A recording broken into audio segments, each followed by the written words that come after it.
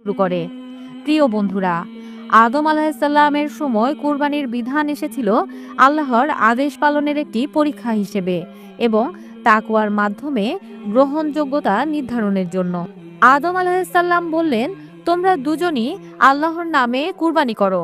যার কোরবানি কবুল হবে সে এই বিবাহে প্রাধিকার পাবে। হাবিল আল্লাহর সন্তুষ্টির জন্য সবচেয়ে ভালো ও মোটা একটি পশু কুরবানি করলেন। কাবিল কুরবানি করলেন ক্ষেতের সবচেয়ে দুর্বল ও খারাপ শস্য। আল্লাহ তাআলা হাবিলের কোরবানি কবুল করলেন এবং আকাশ থেকে একটি আগুন এসে তা গ্রহণ করে নিল। কাবিলের কোরবানি অবিকল পড়ে রইল। এতে কাবিল আরো হিংসায় জ্বলতে লাগলো। সে হাবিলকে হুমকি দিল, আমি তোমাকে মেরেই ফেলবো। হাবিল বললেন, আল্লাহ তো সেই কোরবানি কবুল করেন যা তাকওয়াবান। যদি তুমি আমাকে হত্যা করতে চাও, আমি তোমার উপর হাত তুলব না। আমি আল্লাহকে ভয় করি। সূরা আল মাইদা আয়াত ২৭ থেকে ২৮। কিন্তু কাবিল তার ঈর্ষা ও ক্রোধ ধরে রাখতে পারল না। একদিন সে হাবিলকে একা পেয়ে নির্মমভাবে হত্যা করল। পৃথিবীর ইতিহাসে এটাই ছিল প্রথম হত্যা। হত্যার পর কাবিল হতবাক হয়ে গেল। সে জানতো না মৃতদেহকে কিভাবে মাটি চাপা দিতে হয়। আল্লাহ তাআলা একটি কাক পাঠালেন, যে আরেকটি কাককে মারল এবং তারপর মাটি খুঁড়ে তাকে চাপা দিল। এই দেখে কাবিল কাঁদতে কাঁদতে বলল, হায়, আমি তো এই কাকটির মতো হতে পারলাম না যে আমার ভাইয়ের লাশ ঢেকে দেই। সূরা আল মাইদা আয়াত ৩১। এই ঘটনার পর থেকে কাবিল চিরকাল অনুতপ্ত থাকে এবং দুনিয়ার প্রথম খুনির কলঙ্ক নিয়ে সে ইতিহাসে পরিচিত হয়ে যায়। প্রিয় বন্ধুরা, ১. ঈর্ষা মানুষের নৈতিকতা ধ্বংস করতে পারে। ২. আল্লাহর জন্য ত্যাগ করলে তা কবুল হয়। ৩.